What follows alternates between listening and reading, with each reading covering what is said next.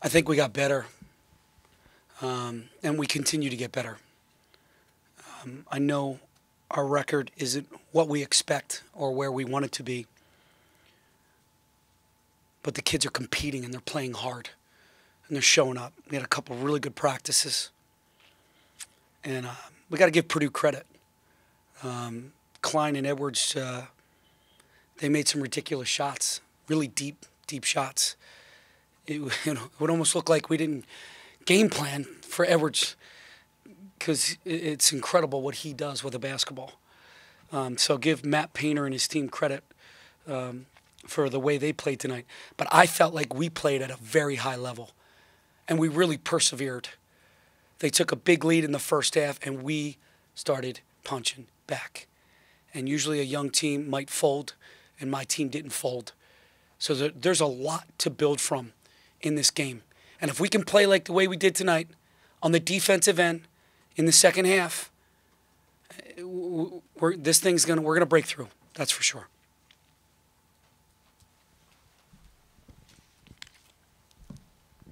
Pat, on Lamar's drive to the bucket, what were you looking? I don't think you had a timeout there, right? I didn't have a timeout. But after he gets the rebound, how are you communicating to them what you wanted to do, and did you get what you wanted? Absolutely. I saw a freshman trying to defend Lamar Stevens, and we've been getting to the free throw line. So we just went 4 low and let Lamar make a play. I haven't seen it, so I can't tell you if there was a foul or not. But that was my decision. I thought it was a good decision. Just didn't turn out the way we wanted. And a tough game, but your two freshmen both came up big in some big spots. How big is that moving forward to try to get out of where you are at this point? No doubt. That's what I'm saying. We saw a lot of growth.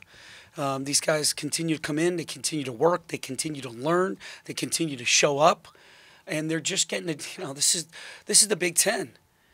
This is the Big Ten. This is not the non-conference. This is big-time stuff. So I think they're adjusting really well. And especially against a guy like Eastern, the way he defends, Ra had to go against him. I thought he handled himself really well, knowing Eastern's history playing against our guards. So a lot of positives to be taken away from this. Pat, at the end of the first half, you guys go on a great run to pull within 3, and then the bank and three-pointer happens. And I kind of saw you wave your guys off the floor because in the grand scheme of things, it's 3 points. But how did you prevent that from being kind of a gut punch late in that half? Just let's go. Get off the floor. Great job. We battled back. We were down 17 or 20, whatever it was. Let's go. We're fine. We're right where we need to be against the top 20 team. Pat, how much did this game feel like the last 2 or 3 times you've been playing Purdue? 4 or 5. Yeah. 2 years ago, here it goes to overtime, and then obviously last year, 2 close games. Oh, you're just talking about Purdue. Yeah. Yeah, it's deja vu. For whatever reason, we play them well. Right now, they got the upper hand. So we'll watch this film. We'll get better. We'll figure out how to slow down Edwards and Klein. And Lamar had 24 tonight on just 4 made shots. He got to the line 17 times. How much have you seen him become more aggressive these last couple of games? Yeah, I think when he gets in the paint, either driving the basketball or posting up, they were doubling him everywhere. I thought he made some really good decisions out of the double. So when he puts pressure on the paint like that and gets himself to the free throw line, I think it opens up for Miles and Ra a little bit more space out there and really helps our offense. Pat, when Ra and Mike collided in the second half and Mike was hurt, I heard you say to Ra, that's what I'm talking about, keep going, diving on the floor. And that was just an example of a ton of diving on the floor tonight. Is there ever a moment where it gets exhausting that it's not yet turning into wins, or are they still fighting for each other? I think you can see they're fighting for each other because 17 turned to up 2. So that just shows you right there we're still fighting for each other. There's a lot of connection in that locker room. We got to stay connected, keep battling. Again, if we can play like that over these next few weeks, this thing's going to change. Coach, tonight you ended up starting Hera and Wheeler at the beginning and still put up 90 points, even though they're not really guys you lean on offensively as much. Can you just talk about switching up your lineups a little bit and trying to maybe start something new. I saw you go to McCloskey, Buttrick, Bolton, Stevens, and I think there was Reeves out there with them. That's a five that we haven't seen all year really from you. Can you just kind of explain your creativity a little bit? Defend and rebound. Defend and rebound. Guys are getting it done in practice. McCluskey's earned those extra minutes. He only played 15, but he's earned them. He took 2 huge charges, and he knocked the ball away. He had a couple rebounds, I believe, offensively. He just plays so hard. He's selfless, no agenda, just wants to compete and win. And you got to love a kid like that. So yeah, there were some different lineups. I just felt like defensively we needed to guard them. We didn't get off to the start I wanted, but I think that's our best defensive team with Hera and Jamari. You haven't seen the foul on Lamar yet, but it is a foul. It's going to fall in that column of things that have happened inside of a minute. Is it a foul, Ben? It's a foul. How many hands? Let me see the hands. Okay. Whose call was it? That's hard to tell from the angle. Okay. But Let's continue. But anyway, there have been a lot of these moments inside of a minute that haven't gone your way. When the margin of error is so small, how do you take those moments and put them in your hands somewhere else in the game? How do you kind of avoid those being the deciding things? Yeah, we said this in the presser the other day. We magnify the last couple of minutes of a game, and it's unfortunate because it's a 40-minute game and there's mistakes made all over the place. Missed assignments, rebounds, turnovers, and things of that nature. So it's unfortunate that we're going to dial in on that one play. We just got to keep creating the best habits we can. I thought we did, especially in that second half. I would say the last 8 minutes of the first half into the second half, I thought we did some really good things. Defensively, offensively, rebounding. I thought we showed some toughness. Purdue's a tough team. I thought we showed a lot of grit, and that's what it's got to be for us. That's what our identity. Maybe we're in a little bit of an identity crisis. Not tonight. You knew exactly who we were. That last 8 in the first half and the last 20. We defended and rebounded. We were diving. We were taking charges. Man, it was beautiful to watch.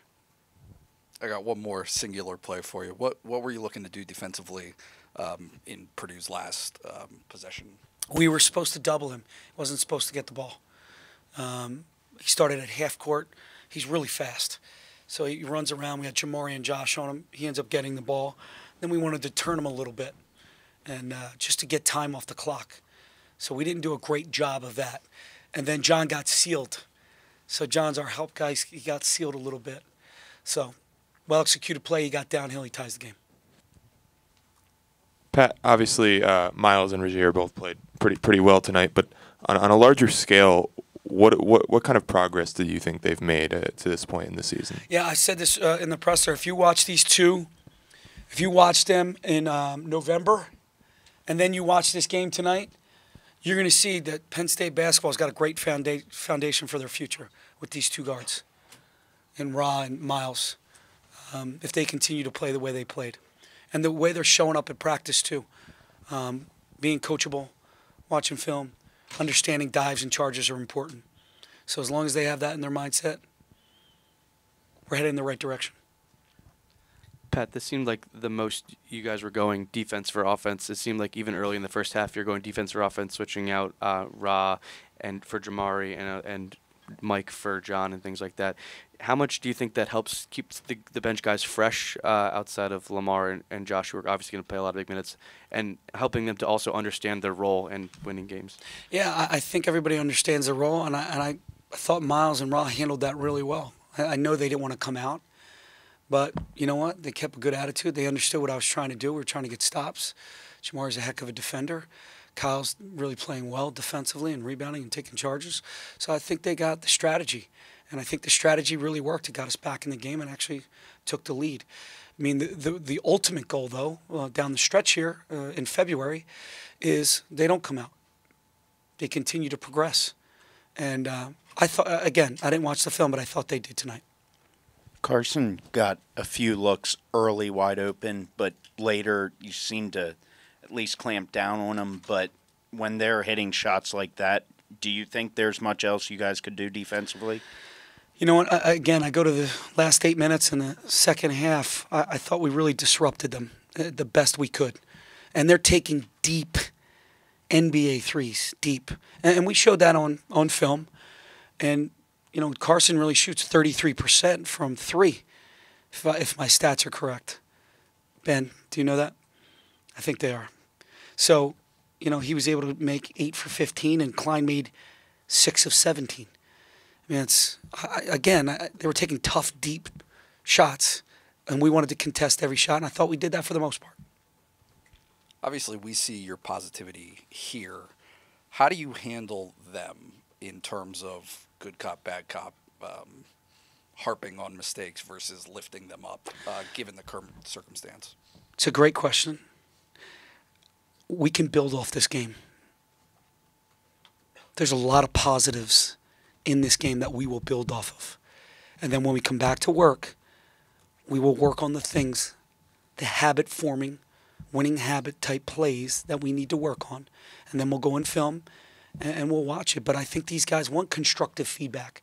They want to break through. They want to win this game by 1 possession and get that good feeling back. So I think they're growing up. They're maturing. They want to be coached. They want to be pushed. Man, that's all I could ask for.